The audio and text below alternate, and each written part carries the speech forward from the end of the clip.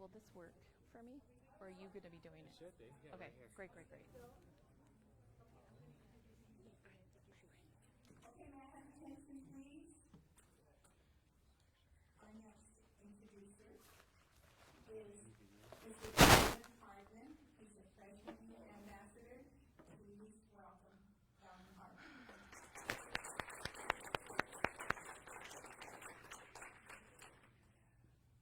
Priscilla Giddings was raised on ranch in Whitebird and graduated as a student and vice president of valedictorian of Salmon River Highland Ranges. She holds a BS in biology from the United States Air Force Academy and an MS in physiology from California University of Pennsylvania.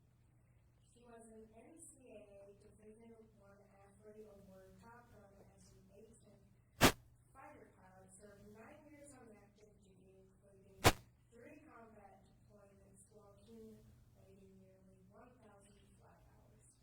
She currently serves as an Idaho State Legislator, representing District 7, and still serves as the Air Force Reserves and Idaho State Director of Missions for the Air Force Academy and ROTC. She recently wrote her autobiography, Curses from a Female Fighter Pilot Story of Developing Strength. She was recently awarded as Idaho's 2018 Woman Veterinarian of the Year. She and her husband, Matt, live in Whitebird with her 9-year-old daughter, Hannah. Her second daughter is expected in early September. Please help me welcome Mrs. Valtorin Priscilla Giddings. Here, I'll take that from you. Hey, good job. Stay here for a second, okay? Good job. Thank you. Awesome. Thank you. So like he just said, don't go anywhere. Come back here. Like he just said, my reserve job is I get to recruit for the Air Force Academy. So I've got cool Air Force swag. So we're going to start with a Frisbee for Calvin for doing that. Thanks, buddy.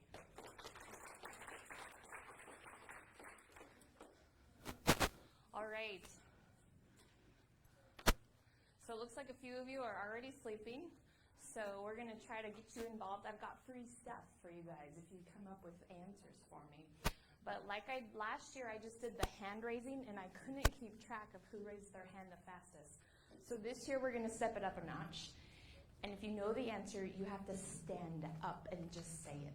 So the first person to stand up and just say the correct answer is going to get some free stuff, okay? So I was a little bit late, so we're behind schedule, so we're going to just fly through this Air Force style, okay? So Miss Elizabeth, let me just talk about anything today. So I'm going to talk about freedom. We talk about freedom all the time. You think of the 4th of July, Independence Day, but what does freedom really mean? And so I want to take some of my experiences, what I did all over the world, and try to share some stories with you so that you can get an idea and really grasp the feeling of what freedom really means. So, and I'll run through a little bit of some of my experiences, because that's kind of fun too. But in the meantime, we're going to talk about freedom. Okay, so what does freedom mean? That's an old dictionary definition. You guys can all read. But it's being able just to determine your own action freely. So what do we think of in the Constitution? We have what? Freedom of speech. And we have freedom of right. So I'll tell you when I got a trivia question. But this is good. I'm glad you guys are queued up. But what other types of freedom do we have that you can think of? When you just think of freedom, what other types of freedom do you think of? Did he stand up? What did you say? Freedom of property. Let me get all this swag out of here. We'll start out with a pencil and a pen. You said freedom of property? So like you can be free on your own property, or what do you mean? Property, like being able to defend it and that people don't take it from you and that it's yours. To own it. Freedom to own it. Sweet. Any other ideas? Freedom of the press. We said that one in the... Did we? Oh, okay. Good. carabiner. Yeah, go ahead. Firearms and weapons. True, that's a right, but is it necessarily a freedom? Yes, kind of. Good. Freedom of religion. And that was also, we've got that one in the Constitution that we mentioned, right? But there's the Air Force pin. Go Air Force. Okay. Let's move to the next one. Sweet. So where did the whole concept of freedom originate? I mean, if you think about it, where did it come from? Well, I don't know when it first started, really. But the really cool thing is that there's a lot of references to freedom in the Bible. And so this is a kind of a fun picture. I had the opportunity to travel overseas. This is, actually, does anybody know where this is? Stand up. Is it that one, I forgot what it's called. It's like the mountain with the, Machu Picchu. Nope, not Machu Picchu. Anybody else? No? There's actually a big old clue on the screen for you. Corinthians? Is Corinthians a place? No, it is a letter, but all the same. So what's the name of the place? Somebody stand up. You got one? I've got some golf balls for you. Do you play golf? No? Okay. You'll take the golf balls? Okay. He wants a golf ball now. We're going to press. So that's kind of a cool concept, that freedom is a biblical concept. If you think about it too. Here's some other verses where we talk about freedom.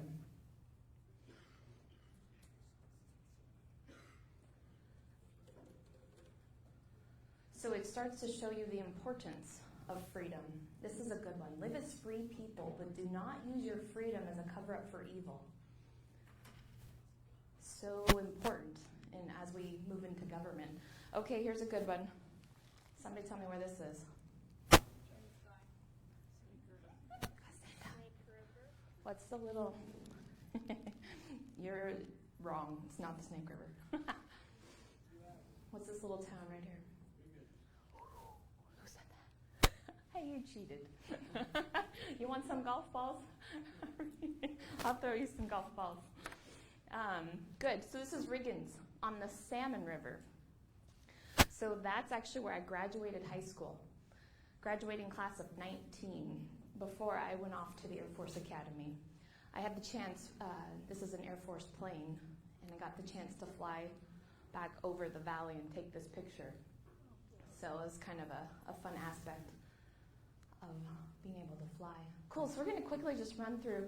Calvin did a great job of explaining my background, but I just want to run through some of my experience. So I graduated from Riggins High School, very rural, and while I was in school, I got into weightlifting. So I was this big when I was about 10 years old, and my dad's like, hey, you're not going to be a ballerina, so let's hit the gym. So I started building strength, and it's not something that most girls really get into, but I was actually, because of my size and being strong, I was able to set 8 world records in the squat, bench press, and deadlift. And it's really cool to see how that strength, that gift of being strong that God blessed me with, I was able to use throughout my career in the Air Force and becoming a fighter pilot. So it's really important in this age of figuring out what your strength is and then using it to help others in the future.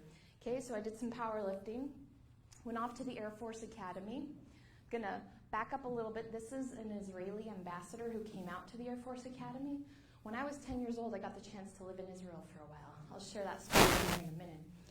And so then I got the chance to go back in college. And so when the Israeli ambassador came out, or one of the ambassadors from the military, I was able to meet with him at the Air Force Academy. I was a thrower on the track team, recruited athlete, went on to pilot training, started out in T6s, and then was selected to fly the A-10 Warthog. I didn't bring my bullet today, but the A-10 is known for shooting 30 millimeter. Go ahead. That big one with the machine gun on the front? It sure is. Yeah, good job. The tank killer. So that's my background there. Separated from active duty, I'm now in the reserves. But the whole concept of fighting for freedom really hit home with me when I was flying over Afghanistan. Because it was there where I really started to absorb what does freedom mean, or what does the lack of freedom mean. And that's when I thought, we are losing our freedoms right here in America, right here in Idaho. And so how do we start pushing back so that we can get those freedoms back? And that's why I started and got involved in local politics, ran for the state legislature. And I'm in my second term now. Yes, sir. What's that? Outstanding. Thank you for your service.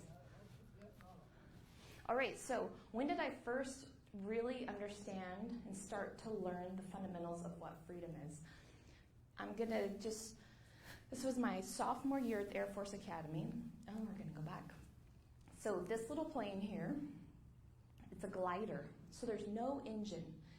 And right at the front of the plane, there's like a little hook where you connect to a rope or a pulley, and we connect that to a plane in front of us with an engine.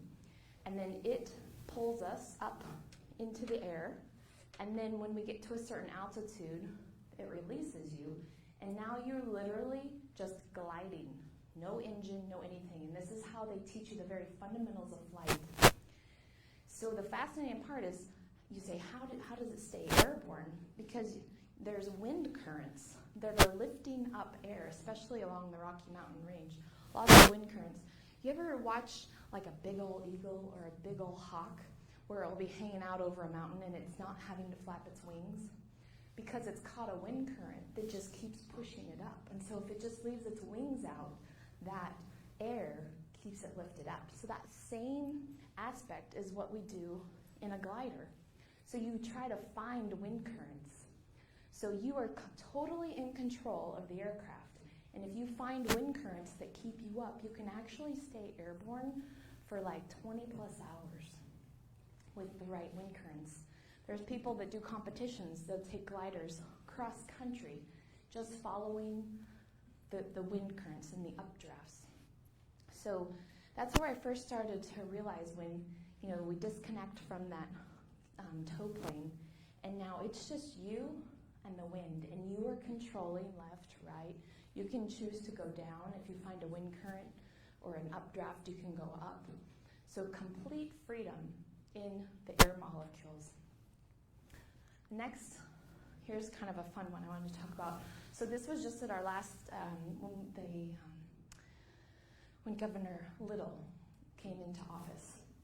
The A-10's out at Gowan Field did a flyover.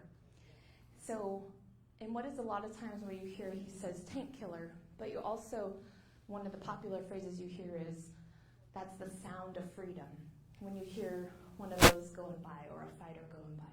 So you think, okay, the sound of freedom, what does that really mean? Okay, I got another trivia question for you. So right here you can see the flag, red, white, and blue. Anybody know what the colors of the flag signify? Nothing. So, red, isn't it for like the blood for like the sacrifice, and then the white is like the purifying, and then the 50 stars are for the 50 states, and then I didn't know what the blue is for. And what the blue is for? That's pretty darn close. Anybody else want to give it a shot? Nothing. They don't mean anything? Yeah, if you actually look it up, the colors of the flag don't mean anything. The colors of the U.S. seal are what he's referring to. Okay. Okay, you want to try? Yeah, white is for purity. Blue is, I believe, citizenship or something like that. Red is for valor. And I think white is also innocence. All right, you guys are getting parts of it. To say that it technically means or doesn't mean something, I don't know. I think there's been a lot of kind of what it tends to mean. We'll say that. Let me get some more free stuff out of here. So you got the red is for valor, which is kind of related to the blood. The white is definitely for purity and innocence. And then the blue is for vigilance and justice. And so when we fly overseas, especially in the A-10, we always keep an American flag in the front windscreen of the aircraft, just as a constant reminder of that freedom and that valor and that purity and that vigilance and justice. And that's why we're fighting for freedom for our country. Okay, so this is an easy one. You guys get this every year. Who's going to stand up first? I think it was back. Go ahead. Sweet, but what kind of republic? Just shout it out. Democracy republic, or democratic republic. Here you go. Go ahead. You don't know? Anybody else want to try? You gonna stand up? There you go. Good job. So we're a constitutional republic. We're not just a republic. We're a constitutional republic. I went to a, go ahead. I'd like to debate that actually. Oh, okay. We're supposed to be a constitutional Ooh. republic, but we have not kept it. Ooh, valid. So on the books, we're supposed to be one. Yes. Okay, I'll give you that. I went to in my district, I went to a school, 11th and 12th grade government class. There were 100 11th and 12th graders in there, and not one of them knew what form of government we had. So it's kind of so important, and that's why I really appreciate that you're all here and trying to learn about government and what freedom is. All right, so we're going to jump into, okay, you hopefully should all know what that is. Maybe? It is Israel, but what's this right here?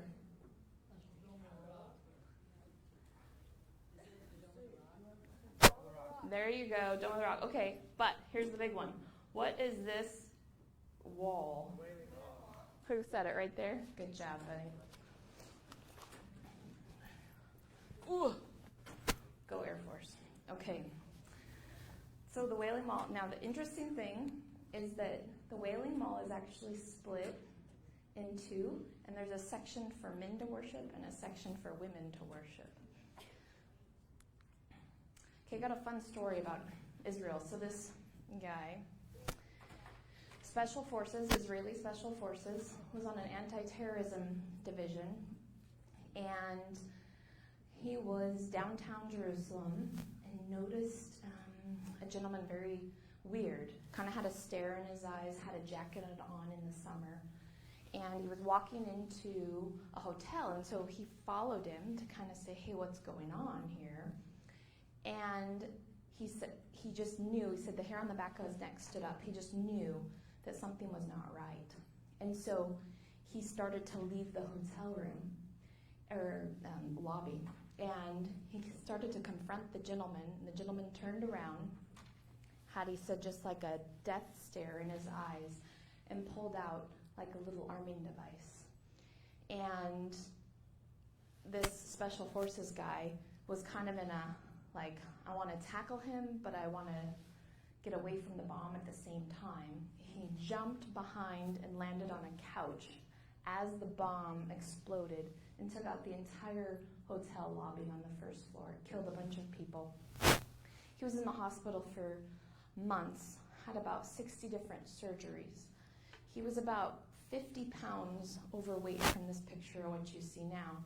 And the doctors say because of that extra weight that protected all of his vital organs is the only reason that he lived. And so to this day, he does anti-terrorism training. And I want to kind of, there's lots more to the story, but stop there and say when I was living in Israel when I was younger, we were just walking to the grocery store, and they had to cordon off an entire area right by a bus seat bench because there was a bag underneath. And so they cordoned off the whole area. Nobody could come and go anymore from the grocery store. They brought in a bomb team. They had robots way before their time to come in and try to figure out what was in this bag. And so as a young child, I'm just kind of watching this whole thing, having no concept of what it would be like. There's people just walking up and down the street as they're trying to do this bomb check. So about I don't know, an hour later, come to find out it was just a frozen chicken that somebody had accidentally left on the bench before they got on the bus. But can you imagine being in a constant state of awareness for terrorism, but also maybe being in a constant state of fear that something like that could happen? And where there is fear, there is not freedom. So that's another concept we're going to develop here in a minute. Okay, I'm going to throw the types of governments of each of these down below. We don't have a lot of time to go into what type of government each of these countries are, but it's interesting to just compare it to see to our, on the books constitutional republic. Versus what some of the other countries of the world are. So Israel, it's parliamentary democracy. Sweet, this is one of my favorite pictures, doing an air show in England, and they were being silly. So that's me up in the cockpit there. So what country are we in? I already told you. We're in England. Really interesting thing about their government, they are a constitutional monarchy, but their medical system is gone totally socialism into socialized medicine. And one of the shortcomings of that, as you probably hear a lot about British folks, is they don't have very good teeth, because the amount of services, medical services available to them through socialized medicine is not good. We need a new battery. So imagine having like a toothache, and you have to get on a 2 or 3 month waiting list because there aren't enough dentists for everybody due to socialized health care.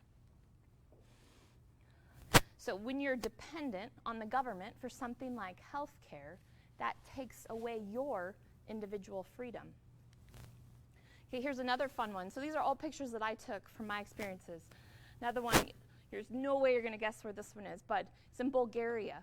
So when we were flying A-10s overseas, we did one of our training exercises in Bulgaria because they were trying to get into NATO and they wanted to increase their ability to help out. So Bulgaria used to be a communist country. Thank you. Our translator, they're no longer a communist country. Our translator, she was born and raised in Bulgaria. She was my age. She still lived with her parents. Her father was a pharmacist, but they lived in an apartment. And all of her siblings, with her parents, they still lived in that apartment because that's pretty much all they could afford, because as a pharmacist, he just made the same amount of money as other folks. Anyhow, she and I kept in touch, and it was about a year later, we went on a trip together to Croatia. And we rented one of like an Airbnb type thing, and it was really hot. It was like 110 degrees. So that night we went to bed, I turned the air conditioner on. And she woke up an hour later and she turned the air conditioner off. And I woke up 30 minutes later because I was sweating, and I turned the air conditioner back on. So we had an air conditioner war all night long. In the morning I was kind of like, hey, what gives? Like, it's hot. Why aren't you running the air conditioner? And she said, because if you run the air conditioner, you will get sick and get cancer and die. So can anybody think why? She grew up under communist rule, and she was taught as a child that the air conditioner would hurt her health. So here you have maybe government propelling a lie or a mistruth to keep costs down or to control the population. So they're currently a parliamentary republic, and it's an example of how propaganda and mistruths by the government, by others, chip away at your freedom. All right, here's another one. Does anybody know where this one is? You didn't stand up. Good job. What do you have already? I don't know. Sweet. So that's in Greece. And when I was here, we had a hotel room I think that was actually from our hotel room. They were having huge riots in the streets of our hotel room. So going to spend 8-9 years ago, their country got into so much debt that it couldn't pay its bills. And so they had a huge kind of our equivalent of a recession. And the banks closed for weeks. And so the people no longer had any money, had no access to money at all. So can you imagine, like, where's all your money? Is it in a bank account? And now that bank account is no longer there. So they were rioting in the streets. Go ahead, you had a question? Oh, is that what I just meant, yeah. Ooh, you might owe her that pencil. I didn't hear the difference there. Okay, so they're a parliamentary republic, but this is a great example of how indebtedness, when you owe people money, you are no longer free. So it's an example of a lack of freedom. Okay, here's a fun one. Anybody know where this flag is? Good job.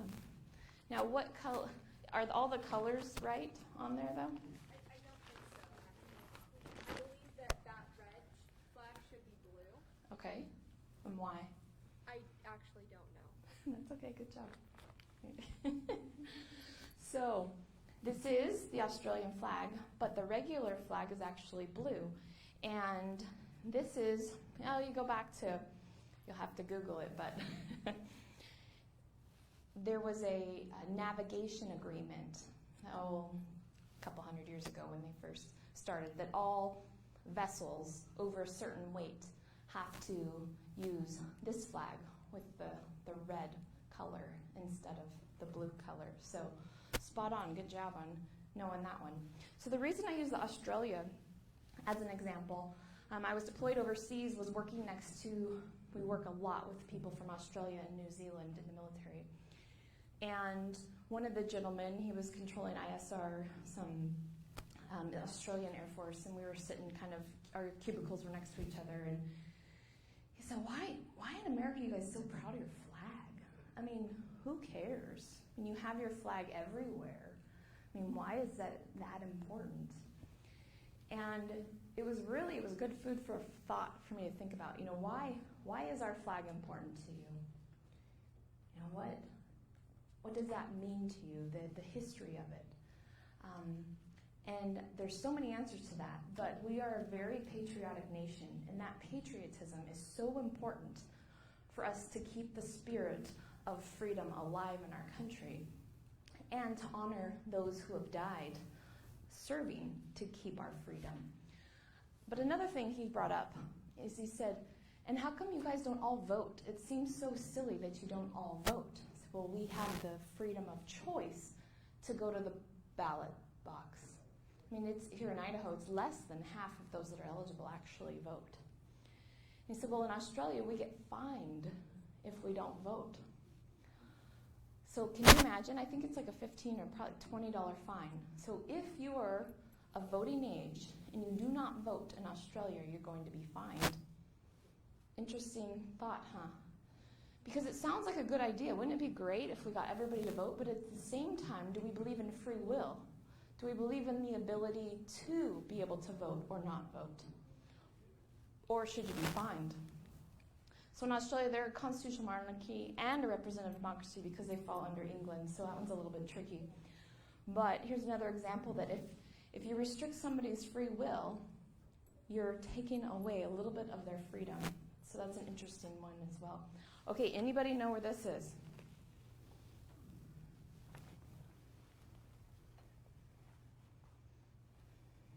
Crickets? No guesses? Like Africa or something? Not Africa, no. Go ahead. Good, nobody? Okay, I won't play stump the dummy. Longest airfield in Afghanistan. This is Bagram Air Base, home to about 50,000 people. You can kind of see, here's the wires, we called it. So this is all Americans, but also nationals from all over the world who are helping the fight, NATO allies, etc. We got your special ops folks. When they got Osama bin Laden. They flew him in down here, the special ops ramp, flew him in on some Ospreys, and then flew him out on some Ospreys out to the south, to the ocean out there. That's when then they put his body at sea. So this is me, I'm on short final, really steep approach. We do that intentionally to avoid any small arms fire from these folks down here. So normally you'd want to be really low, come over at a 3-degree glide path, but when you're flying combat operations, you want to come in high and then spiral down when you land for safety reasons. So their type of government, the an Islamic Republic, but when you have Taliban law, capricious law, they are intentionally using fear to control people. And that is the antithesis of freedom. And that's a lot of the reason why we are there and why we are fighting for their freedom. Sweet. So, does anybody know where the phrase is from? Say it again? I think it is on our seal, yeah. Know anywhere else? Mm-hmm. And our quarters and everything. Do you know what it means? Unfortunately, no. Pretty good guess. Somebody else know? Go ahead here. Very good. Nice. So it's basically among many, be one. And Elizabeth kind of had asked me, she said, share your background and share how you were able to get through all that and why you are where you are. And there's one thing that is sentimental to me, and it is, this is our national bird for a lot of reasons. That flying that I was talking about, the eagles, they can fly high. They usually hang out, they fly alone. And that's one of the things is what I love about this motto of among many be one, is a lot of times in our society and in political avenues in the Idaho legislature, it's so much easier to go along with the crowd, to go along with the group, what everybody else is thinking, what everybody else is doing. But it's so much more rewarding if you can stand on strong principles of truth and justice and freedom. And if you have to fly alone like the eagle, you're going to fly higher than all the other birds. And this phrase was actually our national phrase before we adopted In God We Trust. So it's very fascinating. And the price of freedom is eternal vigilance. So that's why you guys are here, because we have got to be vigilant, continually vigilant for freedom. All those different types of freedom, whether it's financial or all the different aspects of your thoughts, free will. The ability to not have to fear a bomb going off next door when you leave the building. There's freedom in that. And that's why it's so important that we constantly fight for and understand what freedom is. So I'm going to quickly just run through the legislative session here. I don't know if anyone's spoken about it yet, but just here in Idaho, so the legislature meets annually, January, February, and March. Just this last year, we just got done here, actually, March, April timeframe. We went through 720 pieces of legislation. We brought in $4 billion in revenue, but we spent $8 billion. There's an example of indebtedness. There's a lack of freedom example there, huge here in Idaho. The ballot initiative bill, very controversial issue on both sides of the for Republicans and Democrats, very controversial, but a lot of freedom aspects to that as well. Marcy's Law was defeated again for the third time. They're bringing it back a fourth time. So even here in Idaho, you're getting political agendas, big money that are coming in, and they will push an issue over and over and over again if it doesn't go through. So it's an example how if you're for or against it, it doesn't matter, but how vigilance, you have to be constantly standing at the front lines saying no or yes, and constantly be there to fight these pushes that will take away more of your money and more of your freedom. And this last one, the regulations, Representative Scott is going to talk about that. Very interesting, very huge opportunity for us here in Idaho to push back and for, I guess, freedom of we the people who should be controlling our government, not allowing huge lobbyists and huge lobby money to control all of us with their idea of what's right and wrong. Okay, so I'm so glad that you guys are here. Hopefully invite your friends so that they'll be here next year. Some other examples, Boys and Girls State, apply, go do it. It's a great opportunity. The PAGE program, and there's also the Patriot Academy, some of you have probably heard of. The Madison Liberty Institute by Representative Nate, who you've all heard talk. There he is. Good timing. Former Representative Nate, who's in charge of the Madison Liberty Institute, or at least he's the brains behind getting involved. So an awesome opportunity if you want to go to college there. There's other political clubs, and if you pick another college, run for elective office. You don't have to be that old. Get involved. I ran into legislators in New Hampshire that were like 23 years old. So don't think your age is a limiting factor to be involved in political or in government and fighting for freedom at the local level. You can work as an attaché during the session. You can email your elected officials. I mean, they do want to hear from you. And let's see, am I missing one? Oh, and then the PAGE program. So your equivalent, your senior year equivalent, Carrie, I can give you a copy of that later if you want it. Your senior year equivalent, you can spend 6 weeks at the Capitol. You get paid, and you sit in on committee hearings, sit in on floor sessions, hear what's going on in your state government. So you apply in the fall, here in the next couple of months. So if any of you are getting to that age, you don't have to be you can be a homeschooled junior, senior equivalent as well. So definitely keep that in mind. Reach out to any of your representatives, email me, call me, I can get you an application, and let's get you down at the Capitol for 6 weeks crash course on local government. It'd be pretty awesome.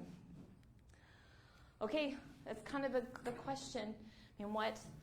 Hopefully I've left you with some stories, some examples of what freedom can be and what the lack of freedom can also be, and why it's so important for us to be learning about it and being vigilant and continuing to fight for it in so many different ways.